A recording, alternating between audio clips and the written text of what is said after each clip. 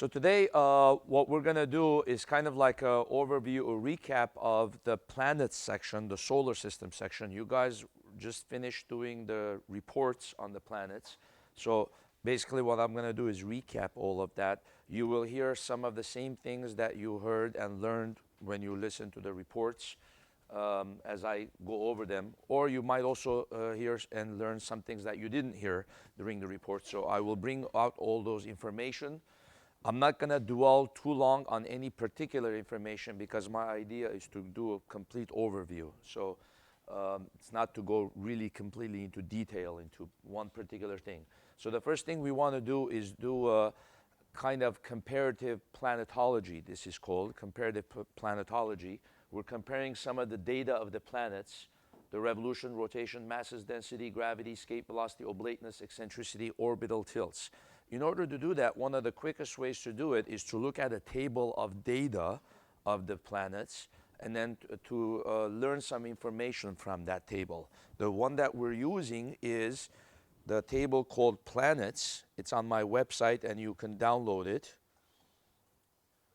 It will look like this.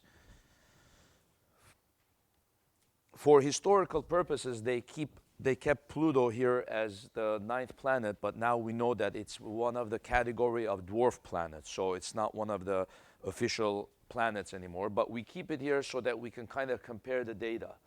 So the first column, what does that mean? Semi-major axis. Well, basically it's telling you how far that planet is from the sun. So basically it's in the order of the closest, second closest, so on and so forth. Mercury, Venus, Earth, Mars, Jupiter, all the way out to Pluto. It gives you the distances in AUs. We've covered this before, so I don't really have to go into detail on that. The Earth, by definition, is 1 AU. Pluto is all the way out to 39 AU, and Mercury is the closest. This one gives you the distance in million kilometers. So it again goes in the order of closest to farthest. This one gives you the sidereal period, how many days it takes to go around, come back to the same point that it began. This one is 0.241 years, 0.61. Earth is 1 year by definition. And in terms of days, it's 365.26 days. We've also talked about that before as well when we talked about the Earth's data. And then Mars is 1.8, Jupiter is 11 years, all the way out to Pluto is 248 years. Again, I'm not going to dwell on that. We've talked about the period of planets before. I'm going to skip the synodic period and then go into average orbital speed. This one tells you how fast the planet goes around the sun, its average speed. Well, we shouldn't be surprised that Mercury goes the fastest around the sun, 47.9 kilometers per second. That is its average speed because it's the closest to the sun, right? Then the next one, 35 kilometers. Then the next one, 29.8. That's Earth's average orbital speed. Then 24, then 13, then 9, then 6, then 5, then 4. It goes down after that. So the fastest orbital speed is Mercury, slowest out to Pluto, okay? Orbital eccentricity, we've also talked about that. Out of the 8 formal planets, Mercury is the most eccentric orbit, 0.206. Very, very elliptical. The most circular orbit, 0.007. Okay? So the number that's closer to 0, it means the orbit is circular.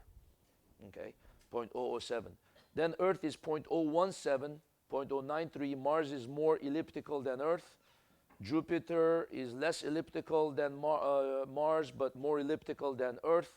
So if you look at these numbers, you should be able to tell which one's more elliptical, which one is less elliptical by comparing the two. Okay? For example, if you look at Neptune, 0.009, it's less elliptical than Earth's. You see, 0.017. But it is a little bit more elliptical than Venus's because it's 0.007 is smaller than 0.009. Okay? So by comparing them, whichever one is larger, that orbit is more elliptical. Okay? Next one, inclination of orbit to ecliptic. What that is talking about is how inclined the orbit of the planet is from Earth's orbit. Earth's orbit is 0 degrees by definition. Okay? So if the orbit of another planet is a little bit inclined like that, the more inclined it is, the bigger number this will be, okay? Pluto, as you can tell, is way off the charts, 17 degrees. That's a good reason for not calling it one of the planets, you see? Because its orbit looks more like a comet, looks more like a Kuiper belt object, okay? So Earth is 0. If I ask you on the test, for example, which one is the closest inclination to the Earth, then whichever one is closest to 0, 0.77, closest to 0. Okay, which one is the farthest inclination from Earth? Well, out of the planets, it would be Mercury, 7 degrees. Okay, so the closest 0.77, after that 7. Venus is 3.39, 1.85, 1.3, 2.49. So all of the other ones are somewhere in between. Okay, but the most inclined is Mercury out of the planets, and then Pluto is way, way inclined. Okay, if we go down to the chart below, this one gives you the equatorial diameter, what its size is. You can either write it in kilometers or you can write it in terms of the Earth's diameter. Earth's diameter 1 by definition. Okay, so if I ask you which one is the closest in size to the Earth. Okay, so the closer this number is to the 1, the closer it is to the Earth size. So if you look here, Venus, right? 94% the size of the Earth. You see? Mercury, 38% the size of the Earth. Mars, 53% the size of the Earth. Jupiter, 11 times the size of the Earth. Saturn, 9 times. Uranus, 4 times. So which one is the biggest planet? Of course, Jupiter, 11, right? Which one's the smallest? Mercury. But of course, Pluto is way off the chart. It's very, very small. You see 0.18 because it's more like a Kuiper belt object. Mercury is the smallest out of the 8 official planets, and then Jupiter is the largest. The closest in size is Venus. Okay, so you can tell a lot of stuff just by looking at data, comparing them to each other. The same thing we can do with the mass. We can say the Earth by definition is 1. Which one is the closest in mass to the Earth? Then you look. Venus, 0.815. Mars is very light, only 10% the mass of the Earth. Venus, 81% the mass of the Earth. So Venus much, much heavier. Okay, which one's the lightest? Mercury. Okay, only 5% the mass of the Earth. Which one's the heaviest? Jupiter, 317. You see, Saturn is 95 times the mass of the Earth, and so on. Pluto, very, very light. Okay. Now we go to density. Okay, which one is the densest planet? Okay, for that one, the Earth doesn't get the number 1. We're not comparing it to the Earth's density.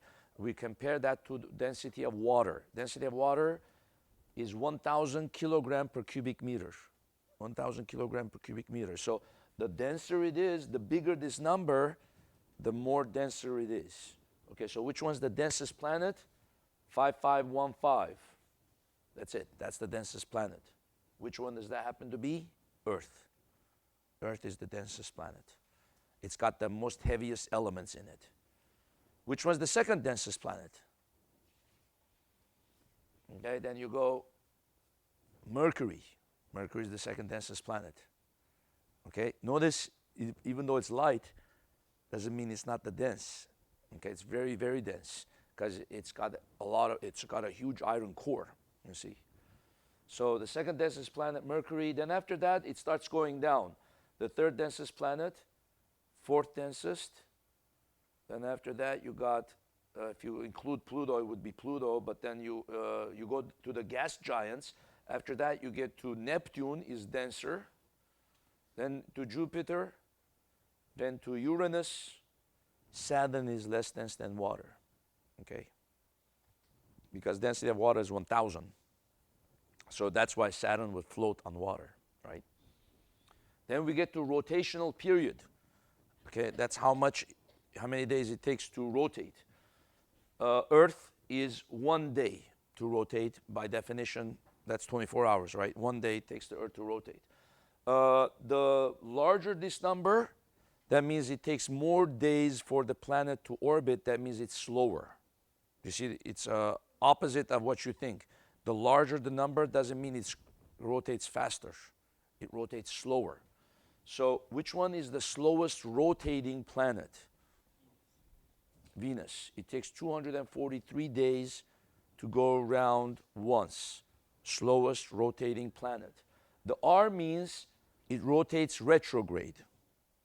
So if the Earth rotates this way, Venus rotates this way. Okay?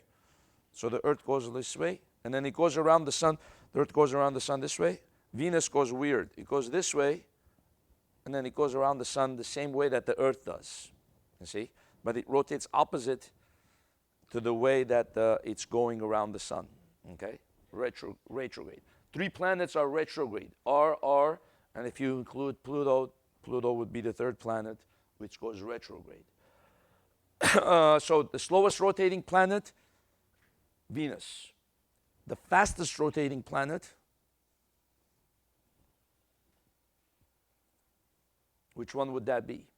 You look at this number, and the smallest is the fastest rotating, you see. So you look here, 0.414, and I think that's the smallest. You go over Jupiter. Jupiter, fastest rotating planet. It takes only 0.414 days to rotate once around. Fastest rotating. Inclination of equator to orbit, I think we've talked about that before. It's the tilt of the planet. We talked about that at great length. So the Earth is 23 degrees. The tilt of Mars is the closest to the Earth's, 25 degrees. Surface gravity, by definition, Earth is 1. We've also talked about that. Which one is the closest gravity to the Earth? That would be Venus, right? 91% of the gravity of Earth. Jupiter, Saturn, is 1.1 times the gravity of the Earth. So you would weigh a little more on Saturn than you do on Earth. Uranus, 90%. Neptune, 1.1. So you weigh more on Saturn than you do on Earth. You weigh more on Neptune than you do on Earth. But you weigh less on Uranus than you do on Earth. Okay? And of course, the largest gravity is Jupiter. You weigh 2.5 times what you weigh on Earth. Okay? Albedo, remember that's how much of the energy of the sun the planet reflects. The Earth is 37%. So the most reflective planet is Venus, right? 65%. And the most absorbing planet, 0.5, 0.5, 0.47%, 0.15, Mars. 0.15. That's the smallest number. No, actually, Mercury, 0.106. Yeah, Mercury is the smallest one, right? So if it's small, 0.106, it absorbs 90% of the energy of the sun, only reflects 10% of the energy of the sun. So the most absorbing planet is Mercury. Venus reflects 65% of the energy of the sun. Most reflective planet. Most reflective, most absorbing, and then the rest are in between. Escape velocity. At what speed you need to escape from that planet? Earth is 11.2. Venus 10.4, very close to Earth's. Mercury 4.3, Mars 5, Jupiter 59. The hardest planet to escape from is Jupiter. Because why? Because it has the largest gravity, right? So this and this are usually related, escape velocity and gravity. If this number is big, this number is usually going to be big too, you see, 59, 2.5. So the hardest escaping planet is Jupiter.